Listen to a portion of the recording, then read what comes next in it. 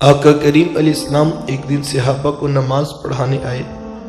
تاحد نگاہ صحابہ نے اٹھ کر حضور کا استقبال کیا۔ محبتوں برا یہ ہجوم دیکھا تو چھم چھم آنکھوں سے آنسو برسنے لگے۔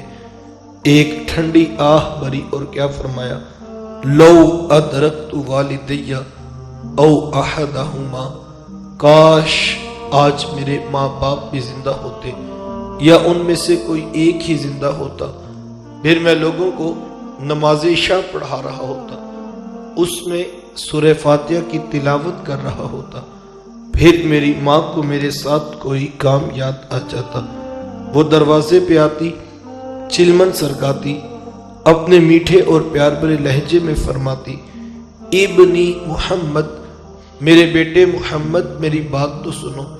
کہا لوگوں میں نماز کا مصلی چھوڑ کر پہلے ماں کی بات کو سن لیتا ہوں۔ زمانے کو عملاً بتایا کہ ماں کا وجود کتنا معتبر ہوتا ہے، ماں باپ کیا ہوتے ہیں، یہ زمانے کو میرے حضور علیہ السلام نے آ کر بتلایا۔ آقا کریم علیہ السلام تشریف فرما تھے، ایک نوجوان حاضر خدمت ہوا، آ کر عرض کرتا ہے کہ حضور میں جہاد پہ جانا چاہتا ہوں۔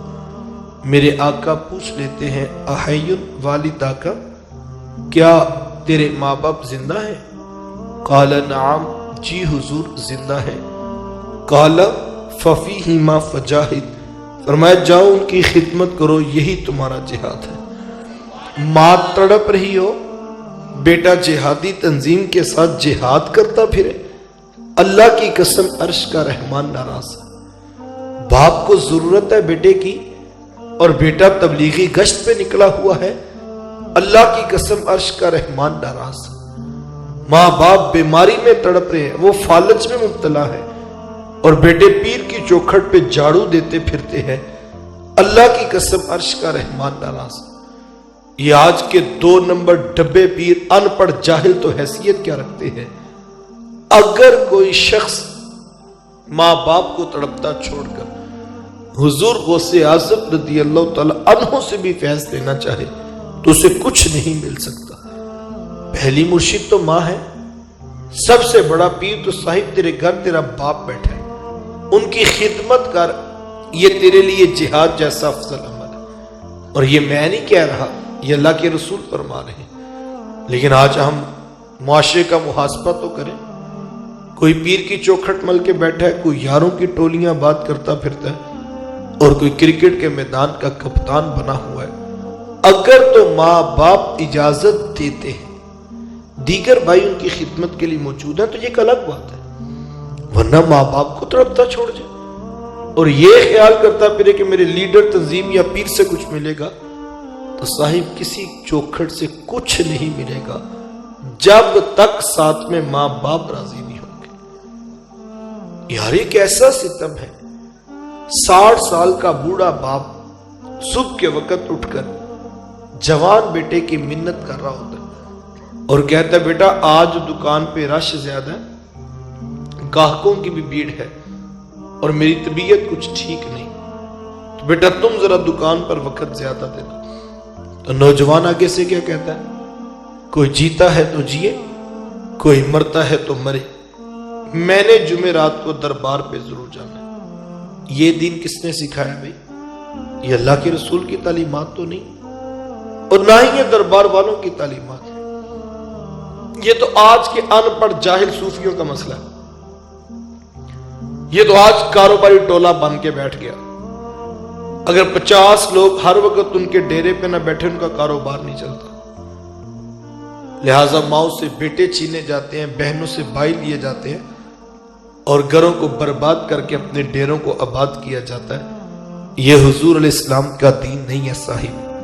حضور کا دین کیا ہے؟ حضرت اویس کرنی رضی اللہ تعالی عنہ کے عمل کو کون بھول سکتا ہے؟ ساری زندگی حضور علیہ السلام کی خدمت میں حاضر نہیں ہو سکے، کسی پیر سے ملنے نہیں جانا تھا صاحب، امام الانبیاء کی چوکھٹ پہ حاضر ہونا، لیکن ساری زندگی حاضری کا شرف نہیں پا سکے۔ ایک دن ماں سے کہا، ماں اگر مجھے اجازت دو تو میں بھی حضور سے ملاقات نہ کروں؟ تو ماں نے کہا بیٹا چلے جاؤ لیکن جلدی واپس بھی پلٹنا۔ ماں سے اجازت لی، شوق و رفتگی میں تڑپتے ہوئے لمحات کاٹے، اور جب در حبیب پہ حاضر ہوئے تو آ کر پوچھا کہ میرے حضور کدھر ہیں؟ تو بتایا گیا وہ تو کسی سفر پہ تشریف لے گئے۔ حضرت اویس کرنی رضی اللہ تعالی عنہ انہی قدموں پہ واپس پلٹ جاتے۔ کیوں؟ اس لیے کہ وہ یہ جانتے تھے کہ جس رسول کی یاد میں تڑپ رہا ہوں انہی کے کہنے پہ ماں کی خدمت کر رہا ہوں، اور یہ ہو نہیں سکتا کہ میرے حضور میرے حالات سے بے خبر ہوں۔ اور حقیقت بھی ایسے ہی تھی۔ اگر حضرت اویس کرنی رضی اللہ تعالی عنہ یمن میں بیٹھے تڑپ رہے تھے تو یار مدینے کا حال بھی کچھ مختلف نہیں تھا۔ میرے آقا یمن کی طرف رخ نور کرتے ہیں، اپنی قبا کے بٹن کھولتے ہیں اور ٹھنڈی ٹھنڈی سانسیں بھرتے ہیں، اور حضور فرماتے ہیں لوگوں مجھے یمن سے یار کی خوشبو آ رہی ہے۔ عرض کی حضور وہ اتنا پیار کرتے ہیں بیٹھے یمن میں اور آپ کو یہاں خوشبو آ رہی؟ حضور میں وہ میرے سے بڑا پیار کرتے ہیں۔ عرض کی حضور اگر اتنا پیار کرتے ہیں تو پھر ملاقات کے لیے کیوں نہیں آئے؟ تو حضور میں ان کی بوڑھی اور نابینا ماں ہے جن کی خدمت انہیں میرے حضور آنے سے روکے ہوئے ہے، اور اگر جائے نہ جا کر میرے اویس کو میرا سلام کہے اور اسے کہنا میری امت کی بخشش کی دعا بھی کرنا۔ یہاں سے پتہ لگا جو ماں باپ کی خدمت کرتا اس کی دعائیں قبول ہوتی۔ حضرت عمر فاروق اور حضرت علی اور مرتضیٰ رضی اللہ تعالی عنہما حضرت اویس کرنی رضی اللہ تعالی عنہ کی تلاش میں نکلے۔ جب ملاقات ہوئی تو حضور علیہ السلام کا سلام پیش کیا، بس نام سننا تک کہ چھم چھم آنکھوں سے آنسو برسنے لگے۔ بار بار فرماتے مجھے یہ تو بتاؤ میرے حضور کے لبوں پہ اویس کا نام آیا کیسے تھا؟ حضور نے کیسے کہا تھا کہ اویس کو بھی سلام کہنا؟ آنکھوں میں آنسو، بدن پہ کپ کپی کی کیفیات دیکھی تو کہا جناب جن کا نام سن کے تڑپ رہے ہیں ان سے ملاقات کے لیے کیوں نہیں آئے؟ تو حضرت اویس کرنی رضی اللہ تعالی عنہ نے بات کا رخ پلٹا اور کہا تم نے میرے رسول کو دیکھا ہے؟ کہا ہم نے تو صبح و شام دیکھا ہے۔ کہا اچھا پھر تم بتاؤ میرے محبوب کے یہ ابرو جڑے ہوئے تھے یا کھلے ہوئے تھے؟ یہ ایک دوسرے کی طرف دیکھنے لگے۔ کہا تم نے تو دیکھا، میں نے تو دیکھا نہیں۔ کہا حضرت آپ ارشاد فرمائے۔ کہا کوئی دور سے دیکھتا اسے جڑے ہوئے نظر آتے اور کوئی نیڑے آ کر دیکھتا تو اسے کھلے ہوئے نظر آتے۔ پتہ لگا حضرت اویس کرنی رضی اللہ تعالی عنہ حضور کو نیڑے بیٹھ کر بھی دیکھتے تھے اور یمن میں ماں کے قدموں میں بیٹھ کر بھی دیکھتے تھے۔ وہ جہاں بھی تھے نگاہ رسول میں تھے، وہ دل رسول میں تڑپا کرتے تھے۔ اللہ اکبر۔ یقین جانیے ہمیں آج تک اس بات کا ادراک نہیں ہو سکا کہ ماں باپ کی خدمت انسان کو کہاں تک پہنچا دیتی۔ آپ نے علماء سے وہ روایت سنی ہے کہ حضرت موسیٰ علیہ السلام نے پوچھا تھا کہ مالک میرا جنت کا ساتھی کون ہے؟ تو کہا موسیٰ فلاں بازار میں چلے جاؤ، وہاں پر ایک قصاب ہے، گوشت کاٹ کے لوگوں کو بیچ دیتا ہے، وہ تمہارا جنت کا ساتھی ہے۔ حضرت موسیٰ علیہ السلام چل پڑے کہ جا کر دیکھو تو صحیح وہ کیا کرتا ہے۔ جا کر دیکھا تو عام سا قصاب تھا، گوشت کاٹتا اور لوگوں کو بیچ دیتا، ہاں جو ٹکڑا اسے اچھا لگتا وہ الگ کر لیتا۔ شام کو جب گھر واپس پلٹنے لگا تو اس نے الگ کیا ہوا گوشت پیک کیا اور وہ گھر کی طرف چل دیا۔ حضرت موسیٰ علیہ السلام بھی اس کے پیچھے ہو رہی۔ وہ گھر پہنچا تو اس نے جا کر شوربے میں کھانے کو تیار کیا، اور جب کھانا پک گیا روٹی کے ٹکڑے توڑ توڑ کر بھگو کر نرم کرتا اور پھر محبت سے لقمہ بنا کر اپنی بوڑھی ماں کے منہ میں رکھتا۔ حضرت موسیٰ علیہ السلام اس کا یہ عمل دیکھتے رہے، پھر اس نے ٹانگیں دبائی، خدمت کی۔ جب اٹھ کر جانے لگا تو اس کی بوڑھی ماں نے آسمان کی طرف دیکھا اور اس کے بوڑھے لب ہلے۔ بڑھاپے کی وجہ سے آواز زیادہ نہ پیدا ہو سکی۔ تو حضرت موسیٰ علیہ السلام نے پوچھ لیا کہ تیری ماں کیوں کہہ رہی ہے؟ تو اس نے کہا حضرت میری ماں بڑی سادہ ہے، جب شام رات آ کر یوں اس کی خدمت کرتا ہوں تو یہ روزانہ آسمان کی طرف منہ کر کے کہتی ہے اللہ تجھے جنت میں موسیٰ کا ساتھ عطا کرے، اور میں کہتا ہوں کہ ماں تو بڑی سادہ ہے، کہاں کوہ طور پہ بیٹھ کے ڈائریکٹ رب سے باتیں کرنے والے پیغمبر حضرت موسیٰ علیہ السلام، اور کہاں میرے جیسا عام سا قصاب۔ ماں یہ تو کوئی جوڑ ہی نہیں بنتا۔ لیکن حضرت میری ماں بڑی سادہ ہے، یہ روزانہ خوش ہو کے مجھے یہی ایک دعا دیتی ہے اور میں اس کا دل رکھنے کے لیے آمین کہہ دیتا ہوں۔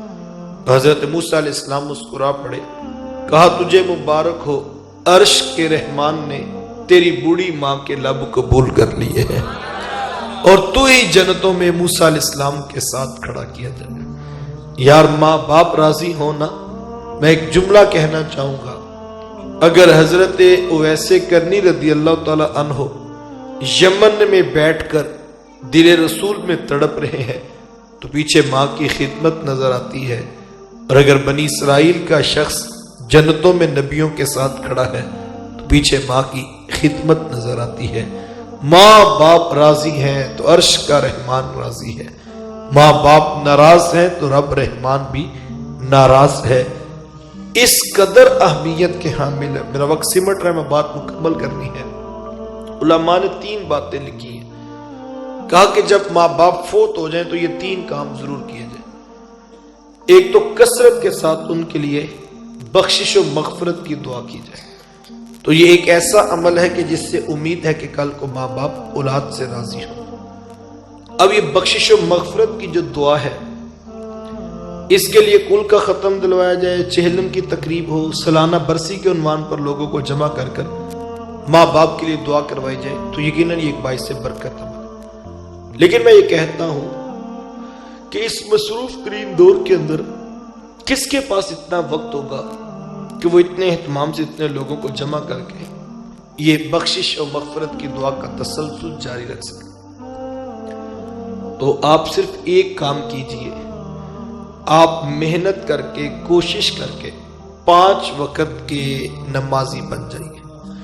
یقین جانیے اتنا خوبصورت عمل ہے کہ بیٹے کی نماز پوری نہیں ہوگی جب تک عرض نہیں کر لے گا ربنا اغفر لی ولی والدیّ، مالک مجھے بھی بخش دے، میرے ماں باپ کو بھی بخش دے۔ کیسا خوبصورت ہے! ایک تو رب کی عبادت، حضور کی آنکھوں کی ٹھنڈک، اور پھر ماں باپ کی بخشش کی دعا۔ 3 چیزیں جب جمع ہو جائیں ایک انداز میں تو مجھے بتاؤ وہ کتنا بڑا عمل ہے۔ تو خوش قسمت ہے وہ لوگ جن کی اولادیں نماز پڑھ رہی ہیں۔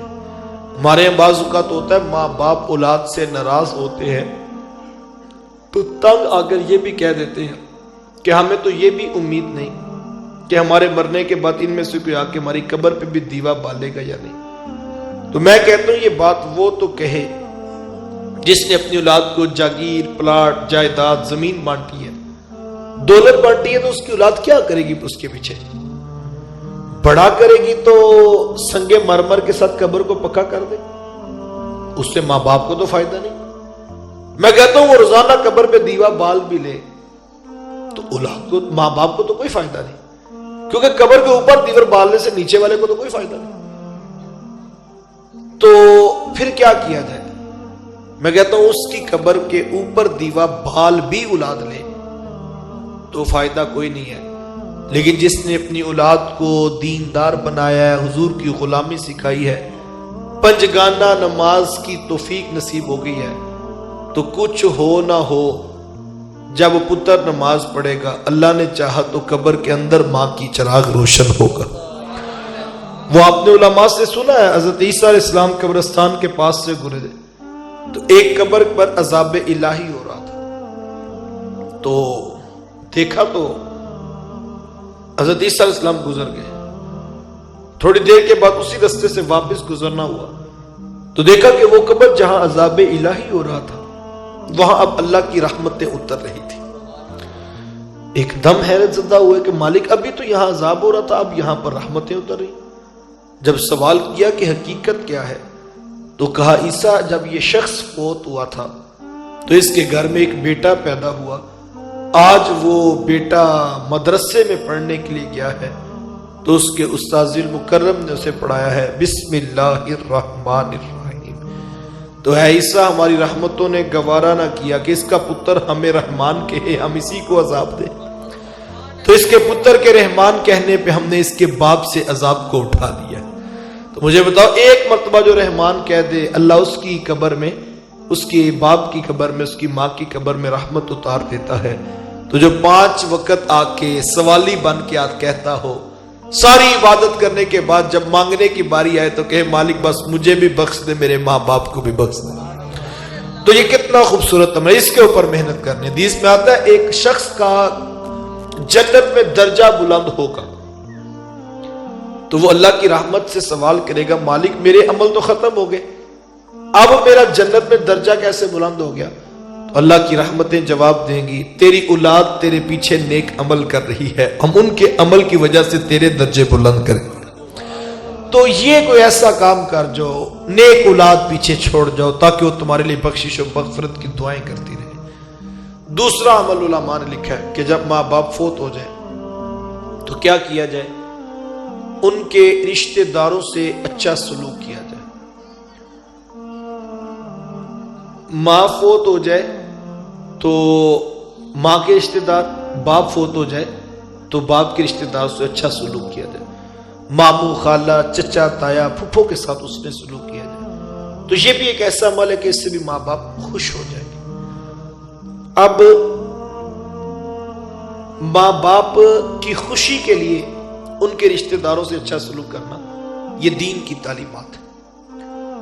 حضرت ابن عمر رضی اللہ تعالیٰ عنہ آپ سفر میں جا رہے تھے تو راستے میں ایک بدو دیہاتی شخص نظر آیا تو ابن عمر اپنی سواری سے اتر کے نیچے آئے، انتہائی ادب، پیار اور محبت کے ساتھ اس دیہاتی سے سلام لیا، اس کو اپنے پاس بٹھایا، اس کی بات سنی، اپنے سر کی پگڑی اتار کے اس کے سر پہ رکھ دی اور پھر جب وہ جانے لگا تو اس کو اپنی سواری بھی بطور تحفہ پیش کر دی۔ تو جو غلام ساتھ تھا اس نے کہا حضرت آپ خود امیر المومنین کے بیٹے، اتنے بڑے باپ کی اولاد ہیں اور یہ عام سا سادہ سا دیہاتی شخص، آپ نے اس کو وقت دیا، بات سنی، سلام کیا، پگڑی سر کے اوپر رکھی اس کے اور پھر اس کو جاتے ہوئے سواری بھی دے دی، اتنا سب کچھ کیوں کیا؟ تو ابن عمر فرمانے لگے اصل میں بات یہ ہے کہ یہ دیہاتی کبھی کبھی میرے باپ عمر کے پاس آ کے بیٹھا کرتا تھا اور آج یہ سرے راہ یوں ہی مل گیا تو میرا جی چاہا کہ میں باپ کے نام کو عزت دیتا ہوں۔ تو لہٰذا ماں باپ نے جن سے عزت کا رشتہ، محبت کا رشتہ نبھایا، اگر آپ بعد میں اس طرح کرتے ہیں تو یہ بھی ماں باپ کی خوش ندی کا سبب۔ بلکہ کسی دانشور نے بڑا خوبصورت کہا جب ماں باپ فوت ہو جائیں تو ان کی نشانیوں سے پیار کیا کرو۔ پوچھا حضرت ماں باپ کی بھی نشانیاں ہوتی؟ کہا ہاں بیٹا، یہ جو بہن بھائی ہوتے ہیں نا یہ ماں باپ کی ہی نشانیاں ہوتی ہیں۔ ماں فوت ہو گئی ہے، باپ فوت ہو گیا، اب تم بہنوں کے سروں پہ شفقت کا ہاتھ رکھو، چھوٹے بھائیوں کو ساتھ لے کر چلو، اس سے بھی ماں باپ راضی ہو۔ ہمارے یہاں بعض اوقات ہوتا ہے کہ چھوٹے تو چھوٹے ہوتے ہیں، انہیں بڑوں کی قدر نہیں ہوتی، نادان ہوتا ہے نا بندہ، بڑے کس طرح کما کر گھر کو چلا رہے ہیں یہ ساری چیزوں کی چھوٹوں کو خبر نہیں ہوتی۔ تو بعض اوقات بڑے اکتا جاتے ہیں اور کہتے ہیں کہ ساری زندگی تمہارا ٹھیکہ ہم نے لے رکھا ہے، ساری زندگی قربانیاں ہم نے دینی ہے، ذرا تم بھی ذرا معاشرے کی دھوپ دیکھو نا تو تمہیں پتہ لگے زمانے میں کس بھاؤ بکتی ہے۔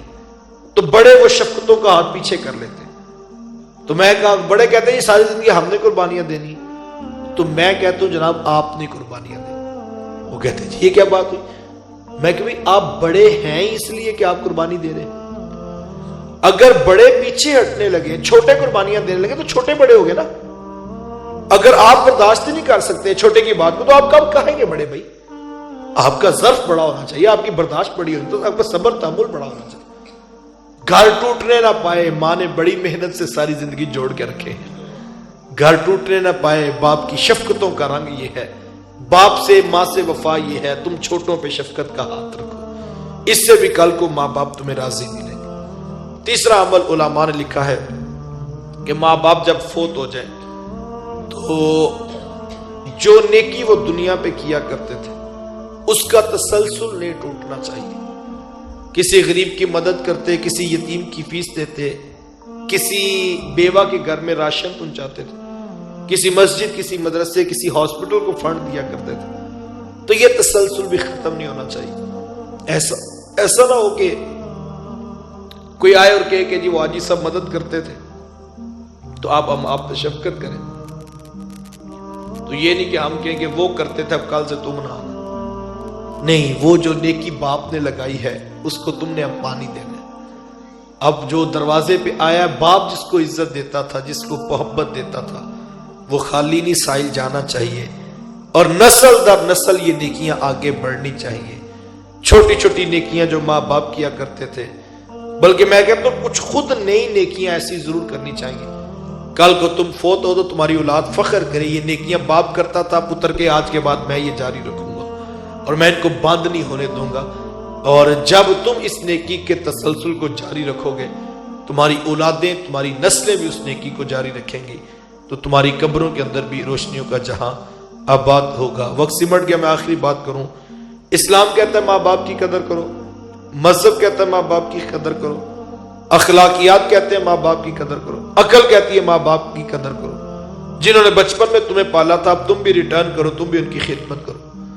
تو میں یہ کہتا ہوں صاحب، اسلام، مذہب، اخلاقیات، عقل کے تقاضے اپنی جگہ، نوجوانوں اپنے اوپر رحم کرتے ہوئے اپنے ماں باپ کی قدر کرو۔ آپ پوچھیں گے اپنے اوپر رحم کیا ہے؟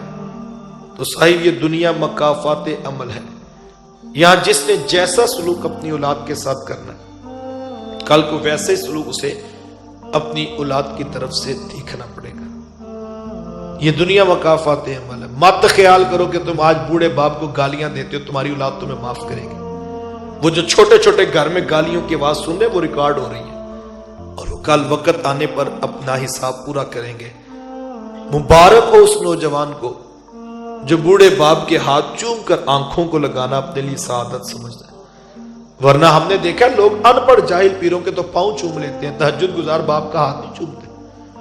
وہ جس کے ہاتھوں میں چنڈیاں پڑ گئی مزدوری کر کر کے اس کے ہاتھ نہیں چومیں گے، ان پڑھ بنگی چرسی کے جا کے پاؤں بھی چوم لیں گے۔ ان پڑھ جاہل کے جوتے اٹھانے کے لیے دو بندے لڑ پڑیں گے، تہجد گزار باپ کا جوتا صاف کرنے کا بھی ٹائم نہیں لگے گا۔ یہ باتیں تلخ ضرور ہو سکتی ہیں لیکن حقیقت سے ہٹی ہوئی نہیں ہے ساری۔ سب سے بڑا مرشد تمہارا باپ ہے، سب سے پہلا پیر تیری ماں ہے تیرا، ان کی قدر کر، ان کی قدر کر۔ کخ نہیں ملے گا، پتہ نہیں کس کس کے پیچھے بھاگتے پھرتے ہو، کوئی ہند میں جاتا ہے، کوئی سندھ میں جاتا ہے، کوئی پہاڑوں پر جاتا ہے، کوئی صحراؤں میں بھاگتا پھرتا ہے۔ ماں باپ کی قدر کرو، دیکھنا تمہیں رب کہاں کہاں سے فیض عطا کرتا۔ اور یہ ماں باپ کا ادب، یہ وہ کمیٹی ہے جو آج تم ڈال رہے ہو کل تمہیں ضرور نصیب ہوگی، کل تمہاری اولاد تمہیں ادب دے گی۔ اگر میں اپنے باپ کے آنے پہ اٹھ کھڑا ہوتا ہوں تو مجھے اپنی اولاد کو نہیں بتانا پڑے گا بیٹا جب بڑے آئے تو سلام کیسے لیتے۔ اور نوجوان خیال کرے جو اپنے بوڑھے باپ کے سامنے سینہ تان کے کھڑا ہو جاتا اور کہتا ہے تمہیں کیا پتا، تم نے مجھے کیا دیا۔ میں کہتا ہوں صاحب اتنا زور لگاؤ کل بڑھاپے میں تمہارے کان اس آواز کو برداشت کر سکے۔ جو اپنے بوڑھے باپ کی کڑوی بات سن کر بھی خاموش کر کے آنکھیں جھکا کر کہتا ابا جی جس طرح کہو گے اس طرح کروں گا، اسے مبارک ہو، اس کی اولاد کل کو اسی طرح کہے گی ابا جی جس طرح کہو گے اسی طرح کروں گا۔ اس کے اوپر غور کرنا ہے ہم نے۔ وہ نوجوان سوچے جو بند کمرے میں بیوی کے کان میں غیبتیں کرتا ہے ماں باپ کی اور کہتا ہے ان بوڑھوں کو کچھ نہیں پتا، تو صاحب کل کو ایک کمرہ اور بنے گا، کل تو بے بس ہوگا، تیری غیبت دوبارہ وہاں پر کی جائے گی۔ یہ دنیا مکافات عمل ہے۔ وہ امیر کبیر خاندان کا شخص تھا، وہ اپنے گھر میں داخل ہوا تو اس نے ڈرائنگ روم پہ بیٹھے اپنے بیٹے کو کوئی ڈرائنگ بناتے دیکھا۔ بچوں کی عادت ہوتی بچے کچھ نہ کچھ بناتے رہتے۔ تو باپ نے پوچھا بیٹا تم کیا بنا رہے ہو؟ تو اس نے کہا بابا میں اپنے گھر کا نقشہ بنا رہا ہوں۔ کہا بیٹا تم نے کیا بنایا؟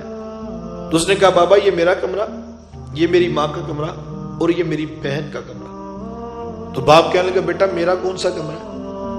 اس نے کہا بابا یہ پیچھے والا سرونٹ روم، یہ نوکر والا کمرہ، یہ آپ کا کمرہ۔ تو اس نے کہا بیٹا یہ زیادتی نہیں ہے، تم سب کے بڑے بڑے کمرے اور میرا پیچھے والا چھوٹا سا اور وہ بھی نوکر والا کمرہ۔ وہ چھوٹا بچہ کہنے لگا بابا دادا کو بھی تو پیچھے والے کمرے میں رہتے ہیں، یہ پوری کہانی ہے، میں گھنٹہ تقریر کروں یا یہ بات سمجھ آ جائے۔ اس شخص کو بات سمجھ آ گئی، اس نے بچے کو تھپڑ نہیں مارا کہ تو بدتمیز ہوگا، تو مجھے آگے سے جواب دیتا ہے، تو مجھے اب سکھائے گا کس کا کون سا کمرہ بنانا۔ اس نے یہ نہیں کہا۔ جب بات سمجھ آ گئی تو اس کے قدم واپس پلٹے، پچھلے کمرے سے بوڑھے باپ کو نکالا، لا کر بڑے کمرے میں بٹھایا، اے سی آن کیا، اس کی خدمت کرنے لگا۔ تو وہ چھوٹا بچہ کہنے لگا بابا 1 منٹ رکنا، میں نے اپنے گھر کا نقشہ تبدیل کرنا۔ اور اس نے کاغذ پھاڑ دیا اور پھر بڑا سا خانہ بنایا اور اس نے کہا بابا اب سب سے بڑا کمرہ آپ کا بناؤں گا۔ یہ وہ سبق ہے جو ہماری اولادیں ہمیں روزانہ سکھاتی ہیں۔ سوچے تو یہ بڑی باتیں ہیں، نہ سوچے تو زندگی عذاب تو پہلے بنی پڑی ہے۔ آپ اس شخص پر نشان لگائیں جس نے اپنے ماں باپ کو دکھ دیے، زندگی میں سکون اس کو نصیب نہیں ہوگا۔ ماں باپ کو ستانے والا جہاں مرضی بھاگتا پھرے اسے ککھ نہیں ملے گا۔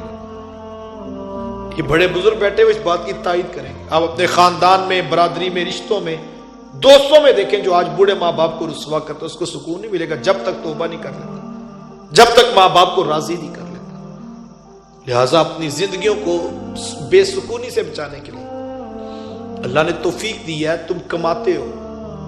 آج ہمارے بہت سارے مسائل ہیں، اللہ نے توفیق دی ہے، تم کماتے ہو، سب سے پہلے اپنے بوڑھے ماں باپ کے اوپر خرچ کرو۔ ان کی ضروریات کا، لباس کا، کپڑے کا، جوتے کا، دوائی کا، پھل کا، فروٹ کا، دودھ کا، ان ساری چیزوں کا بندوبست کرو۔ ہمارے یہاں پر بندہ کہتا ہے میرے اپنے اخراجات نہیں پورے ہو رہے۔ میاں ساری زندگی نہیں پورے ہو رہے ہیں، یہ ساری زندگی نہیں پورے ہو رہے، لیکن جب تم نکالنا شروع کرو گے سب سے پہلے ماں باپ کی مٹھی پہ رکھنے، تجھے کیا پتا ساری زندگی کما کما کے جس بوڑھے باپ کی کمر میں خم آ گیا، وہ امید پر تھا جب میرا پتر جوان ہوگا بڑھاپا بڑا سوکھا گزاروں گا، وہ ساری زندگی دعائیں کرتا رہا یا اللہ مجھے پتر دیے ہیں جتنی جوان کر دے، میں بھی بڑھاپا منجی پہ بیٹھ کے سوکھا گزاروں۔ لیکن اس کو نہیں پتا تھا جب یہ جوان ہوں گے یہ کسی اور کے لیے کمائیں گے، اور بوڑھا باپ جو ہے 100 روپے کے لیے بھی گھر میں رسوا ہوگا۔ اپنے ماں باپ کو خوشیاں دو، اپنے ماں باپ کے ساتھ وقت گزارو۔ میں نوجوانوں سے کہتا ہوں بعض اوقات تم لیٹ آتے ہو، ماں باپ سے الجھ پڑتے ہو، بعض اوقات جو ہے وہ تم الجھ جاتے ہو کہ ساری زندگی ہم اپنی مرضی سے کچھ کر بھی نہیں پڑتے۔ میں کہتا ہوں صحیح چند دن، چند سال یا چند مہینوں کی کہانی ہے۔ کوئی نہیں پوچھے گا پتر لیٹ کیوں آتا ہے اور پتر صبح جلدی اٹھ کے کیوں جاتا ہے۔ اپنی مرضی سے آؤ گے، اپنی مرضی سے جاؤ گے، اس وقت کا پچھتانا کچھ کام نہیں آئے گا۔ اس وقت تم چراغ لے کر ڈھونڈو گے، کوئی میٹھی آواز نہیں آئے گی میرا پتر کدھر ہے۔ یہ ماں ہے یار، یہ جو جاگتی ہے۔ باپ بھی سو چکا ہوتا ہے، بہنیں بھی سو چکی ہوتی ہیں، بھائی بھی سو چکا ہوتا ہے۔ پتر اپنے گھر والا ہو، پتر کی اپنی اولاد ہو، ماں پھر بھی سادے لہجے میں روزانہ فون کر کے یہ پوچھتی ہے میرے پتر نے کھانا کھا لیا؟ یا جس کا اپنا گھر ہے وہ اپنی اولاد میں رہتا ہے، اس کو کھانا تو کھا ہی لیتا ہے، لیکن ماں سادہ انداز ہے اس کا، وہ یہ پوچھتی ہے میرے پتر نے روٹی کھائی ہے، میرے پتر نے کھانا کھا لی۔ یہ ماں پوچھتی ہے، کوئی نہیں پوچھتا۔ اپنی مرضی سے آؤ گے، اپنی مرضی سے جاؤ گے، اپنی مرضی کی زندگیاں گزارو گے، کوئی نہیں پوچھے گا پتر لیٹ کیوں آتا ہے، پتر صبح جلدی اٹھ کر کیوں جاگتا ہے۔ یہ غنیمت ہے، موقع اگر کسی کو نصیب ہے اس کے اوپر وقت دے لو، پھر ساری زندگی اپنی مرضی سے ہی گزارنی ہے۔ اس وقت تمہیں برا لگتا ہے، ماں باپ ٹوکتے ہیں بیٹا فلاں کے پاس نہ بیٹھا کر، وہ شخص ٹھیک نہیں ہے۔ باپ کہتا ہے پتر صبح اٹھ کر، یہ چھوٹی میں حیرت ہوتی ہے، دکان کھولنی ہے، باپ کی آرزو ہے صبح 8 بجے پتر دکان پہ بیٹھ جائے، پتر کہتا ہے میں 9 بجے بیٹھنا ہے۔ کتنی نیند پوری ہو جائے گی 1 گھنٹے کے اندر؟ کتنے گھروں کی صبح کی لڑائی کا مسئلہ یہ ہے۔ باپ کہتا ہے صبح 8 بجے دکان کھل جائے، کاروبار کھل جائے، نوکری پہ چلا جائے، تو یہ لڑائی بنی ہے کہ میں 9 بجے جانا۔ مجھے بتاؤ 1 گھنٹے میں کتنی نیند پوری ہو جاتی؟ کتنے نوجوان ہیں جو 3 گھنٹے باہر دوستوں کے ساتھ رات لیٹ نائٹ آتے ہیں کہ دوست کی شادی ہے، دوست کے ہاسپٹل میں جانا ہے، فلاں جگہ پر جانا ہے، یا 3 گھنٹے رات جاگ لیتے ہو دوست کے لیے، صبح باپ کی خاطر 1 گھنٹہ اٹھ نہیں سکتے۔ 1 گھنٹے کی نیند ہے نا صبح، کتنے گھروں کی یہ عذاب لڑائی بنی ہوئی ہے، اور صبح 1 گھنٹہ اٹھنے کے لیے کوئی تیار نہیں جلدی۔ بوڑھے باپ کی آرزو ہے صبح کے وقت اٹھ کر فجر کی نماز پڑھ لیں، لیکن کیا مجال ہے کوئی سوچ لے کہ یار اس سے رب راضی ہو جائے گا؟ میں آپ کو کوئی بندہ بتاؤں، میں کوئی بابا بتاؤں، کوئی پیر بتاؤں، اور میں کہوں کہ میں ضمانت دیتا ہوں آپ اسے راضی کرو تمہارا رب راضی ہو جائے گا، تو میں کہتا ہوں میرے خیال میں ہم میں سے سب کوئی اٹھ کے پہلے اس کے پاس جائیں گے کہ یار وہ بندہ مل گیا جس کے راضی کرنے سے رب ملتا ہے۔ تو میرے پاس تو ایسی کوئی بات نہیں، لیکن میرے پاس حضور کی حدیث موجود ہے کہ میرے رسول نے فرمایا جس کا باپ راضی ہے میں ضمانت دیتا ہوں اس کا رب بھی راضی ہے۔ تو ہمیں وہ بندہ تو مل گیا، حضور نے بتا دیا نا، جس کو راضی کرنے سے رب راضی ہو جاتا ہے۔ یار ایک بندے کے راضی کرنے سے رب راضی ہو جائے اور کچھ چاہیے؟ تو اللہ کا بندہ وہ تمہارے گھر میں موجود ہے، اس بوڑھے باپ کی بات کو اہمیت دو، اس بوڑھی ماں کے پاس بیٹھنے کا مزاج پیدا کرو، ان کی ہاں میں ہاں ملاؤ. یہ دنیا کی کامیابی، یہی آخرت کی کامیابی کی کنجی ہے جو تمہارے پاس ہے. سوچو تو یہ بہت باتیں، نہ سوچو تو زندگی تو پہلے ہی اجیرن، عذاب اور گھٹن بنی ہوئی ہے. آئیے سب سے پہلے اپنے ماں باپ کے اوپر خرچ کیجئے، ان کی بات میں ہاں ملا دیں، ان کے سامنے سر تسلیم خم کر دیں، ان کے سامنے لہجہ نرم رکھو، ان کی آنکھوں کے سامنے اپنی آنکھیں جھکا دیا کرو، ان کی باتوں کے سامنے اپنی باتیں ختم کر دیا کرو. وہ باتیں کرو جو وہ سننا چاہتے ہیں، وہ انداز اختیار کرو جو وہ دیکھنا چاہتے ہیں، اور اسی کے اندر رب اور اس کے رسول کی رضا رکھی گئی ہے.